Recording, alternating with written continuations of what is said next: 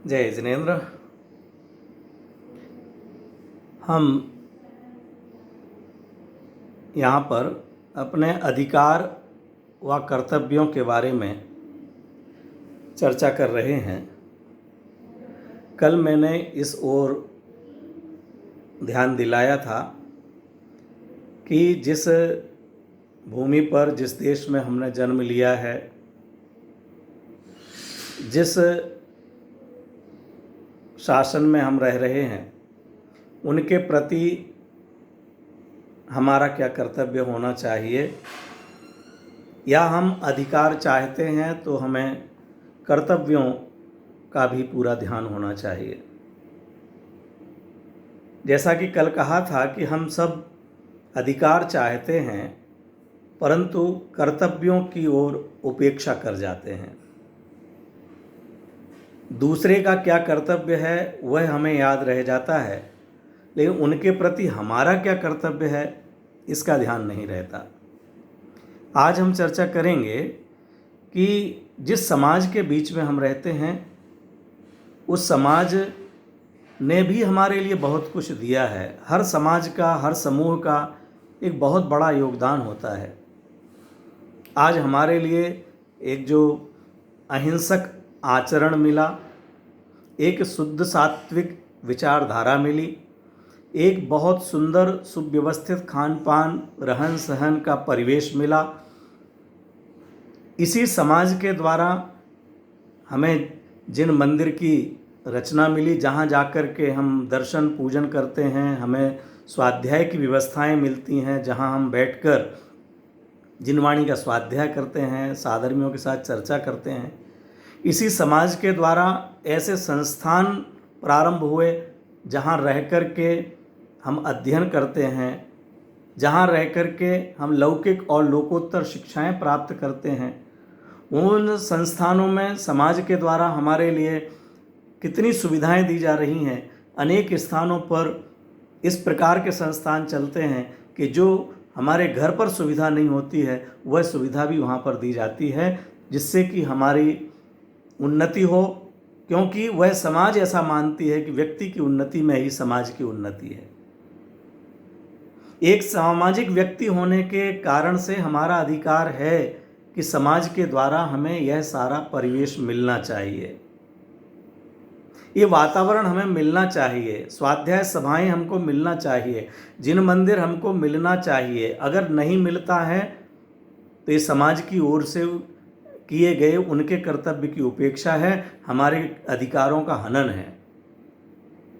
अगर समाज अपनी समाज के सदस्यों को योग्य शिक्षा चिकित्सा की व्यवस्था नहीं करा पाती है तो यह उनकी कमी है। ये हमारा अधिकार है कि समाज हमारे लिए अपने संस्कारों की, अपनी संस्कृति के अनुरूप हमारे लिए वातावरण प्रदान करे, ये हमारा अधिकार है। लेकिन हमारा इस समाज के प्रति और संस्थान के प्रति कर्तव्य भी है। हम समाज के अंग हैं। हम कोई भी अधिकारी बनने से, विद्वान बनने से, श्रेष्ठी बनने से पहले एक समाज के अंग हैं। ये हमें कभी भूलना नहीं चाहिए। हम उस समाज के, उस श्रावक संस्था के एक सदस्य हैं। हमें जो साधन प्राप्त हुए हैं उन साधनों का हम दुरुपयोग ना करें। हमें मंदिर और स्वाध्याय भवन राजनीति के अखाड़े ना बनाएं। उन मंदिरों में, स्वाध्याय भवन में जाकर के हम कषाय का, मत भिन्नताओं का, निषेध प्रतिषेध का, दूसरों को किसी को प्रताड़ित करने का या केवल अधिकारी बनने के लिए चुनावों में उतरने का उपयोग ना करें। ये मंदिर धर्मायतन है जो समाज ने दिए हैं। स्वाध्याय सभा स्वाध्याय के लिए है, हमारा मत प्रचारित करने के लिए नहीं, हमें वहाँ का मालिक बनाने के लिए नहीं, हमें वहाँ के दोष निकालने के लिए नहीं। हम एक समाज के नागरिक होने के नाते केवल वहाँ के अधिकारियों के दोषों को ना देखें। वहाँ जो कमियां हैं उन कमियों को देखकर अधिकारियों पर हम अपना अधिकार ना जमाएं, उनके कर्तव्यों को याद ना दिलाएं। लेकिन हम भी उस समाज के अंग हैं उस समाज के प्रति, उस मंदिर के प्रति, उस संस्था के प्रति हमारा भी कर्तव्य है, हमारा भी दायित्व है। मित्रों, बहुत अच्छी तरह से सोचना। आज के परिवेश में बहुत आप सभी प्रवचन सुन रहे हैं, स्वाध्याय कर रहे हैं, उस बीच में शायद ये चर्चाएं बहुत आपको हल्की लगेंगी और अध्यात्म की जो ऊंचाइयां आचार्य भगवंतों ने दी हैं उनके समक्ष सच में ये चर्चा बहुत छोटी ही कही जाएगी। लेकिन मुझे ऐसा लगता है कि हम कहीं, अगर हम जो सामने हमें जिनके द्वारा उपकारित किया जा रहा है, जिस वातावरण में, जिस पर्यावरण में रह करके आज हम कुछ सोचने लायक, करने लायक बने हैं, उसके प्रति ही हम अपने कर्तव्यों का निर्वहन नहीं कर पाते हैं, तो उन देव शास्त्र गुरु के प्रति क्या कर्तव्य का निर्वहन करेंगे? उस अमूर्तिक आत्मा के प्रति जो हम अदृश्य है, जो दिखाई नहीं दे रहा, जो हमारे सामने नहीं है, उनके प्रति अपने कर्तव्यों का क्या निर्वहन करेंगे? जीवन में नैतिकता का होना अत्यावश्यक है। नैतिकता वह भाव भूमि पैदा करती है जिसमें हम अध्यात्म को पचा सकते हैं। अगर हमारे जीवन में नैतिकता नहीं है तो हम अध्यात्म को पचा नहीं सकेंगे। आज अगर सर्वत्र देखा जाए तो जीवन में से संस्कृति और नैतिकता का ग्राफ सबसे नीचे आता चला जा रहा है और दूसरे साधन बहुत बढ़ रहे हैं।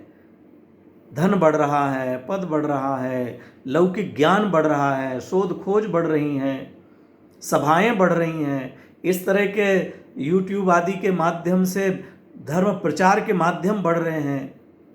नहीं बढ़ना चाहिए ऐसा नहीं कह रहा हूँ, लेकिन ये हमारे अंदर में नैतिकता उत्पन्न करने वाले हों, हमें कर्तव्य बोध कराने वाले हों, हमारे अंदर समरसता, समता, समर्पण, समन्वय के भाव जागृत करने वाले हों।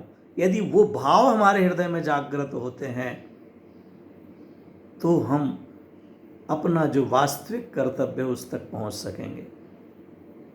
जिस संस्था में हम अध्ययन करते हैं वहाँ हमें योग्य शिक्षा मिले, योग्य भोजन मिले, योग्य आवास व्यवस्था मिले, उसके योग्य वातावरण मिले, ये हमारा अधिकार है।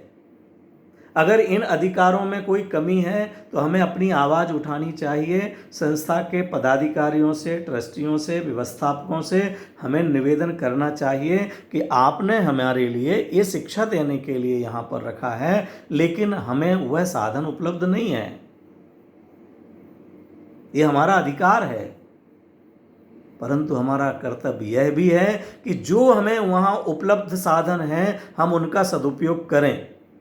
हमें जो कुछ मिल रहा है क्या हम उसका सदुपयोग कर रहे हैं?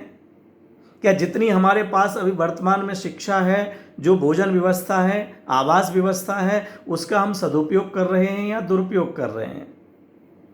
अगर दुरुपयोग करते हैं, तोड़फोड़ करते हैं, अनावश्यक रूप से बिजली जलाते हैं, अनावश्यक रूप से पानी का दुरुपयोग करते हैं, समय का पालन नहीं करते हैं, संस्था के नियमों का पालन नहीं करते हैं, गुरुजन का सम्मान नहीं करते हैं, समय पर हम अपना होमवर्क नहीं करते हैं, दिए गए दिशा निर्देशों का पालन नहीं करते हैं, जहाँ की जो वस्तु है उस वस्तु को योग्य स्थान पर नहीं रखते हैं, ये अनुशासन तो हमें अपने घर में भी पालन करना चाहिए। यह अनुशासन तो हमें जिस कार्यालय में काम कर रहे हों वहाँ भी करना चाहिए।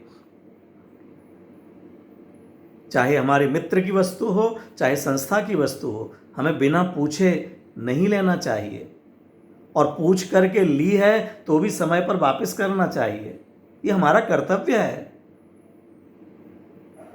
मित्र की वस्तु है या संस्था की वस्तु है, हमारे लिए ही है, तो हम बिना पूछे उठा लें, ये योग्य नहीं है। बहुत सामान्य सी चर्चाएं हैं, लेकिन इन चर्चाओं की भाव भूमि के बिना हम सच में आगे नहीं बढ़ सकेंगे।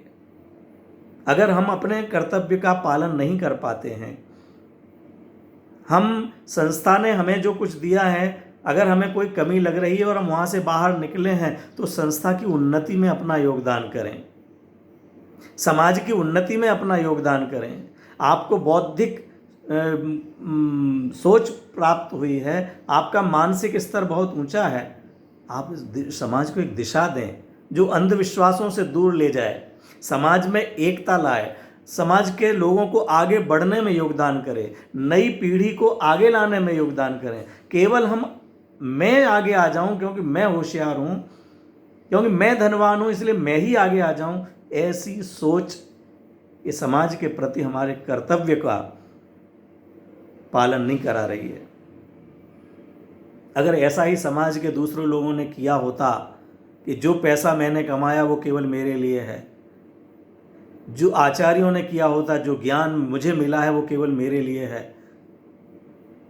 तो आचार्य यदि जिनवाणी लिख करके ना जाते, ये जिन्होंने बहुत परिश्रम करके पुण्य के उदय से धन प्राप्त किया है और वो सर्वस्व न्यौछावर करते हुए हम सबके कल्याण के लिए अगर ये संस्थाएं संचालित ना करते, इनका निर्माण ना करते, देश भर में सैकड़ों ज्ञान के केंद्र खुले हुए हैं, हजारों की संख्या में जिन मंदिर, स्वाध्याय भवन, लाखों की संख्या में, करोड़ों की संख्या में जिनवाणी का प्रकाशन इस सृष्टि के धन से हो रहा है।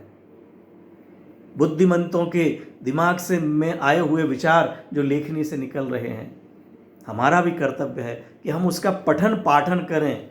हम पियो पिलाओ जिनवाणी, हम जिनवाणी को खूब पिएं और जिनवाणी को खूब पिलाएं, दूसरों तक पहुंचाएं, अच्छे विचारों को पहुंचाएं, ये हमारा कर्तव्य है।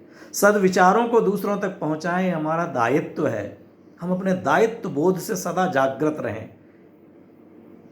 हम कभी भी तोड़ने में कारण ना बने, समाज के जोड़ने में कारण बने, संस्था का अपयश फैलाने में कारण ना बने, यश फैलाने में कारण बने। एक छोटी सी कहावत जैसी आती है कि हम कैंची का काम ना करें, हम सुई धागे का काम करें। हम समाज को, परिवार को, संस्था को काटने का काम ना करें, कैसे वो और अगर कहीं से कट गया है तो कैसे जोड़ा जा सकता है, कैसे सिला जा सकता है, कैसे और नए लोगों तक बात पहुंचाई जा सकती है, इस कर्तव्य का निर्वहन करें। इसी के साथ हम अभी की चर्चा को विराम देते हैं। अभी और इससे आगे के नज़दीकी जो हमारे कर्तव्य हैं उनकी चर्चा आगे करेंगे। जय जिनेंद्र।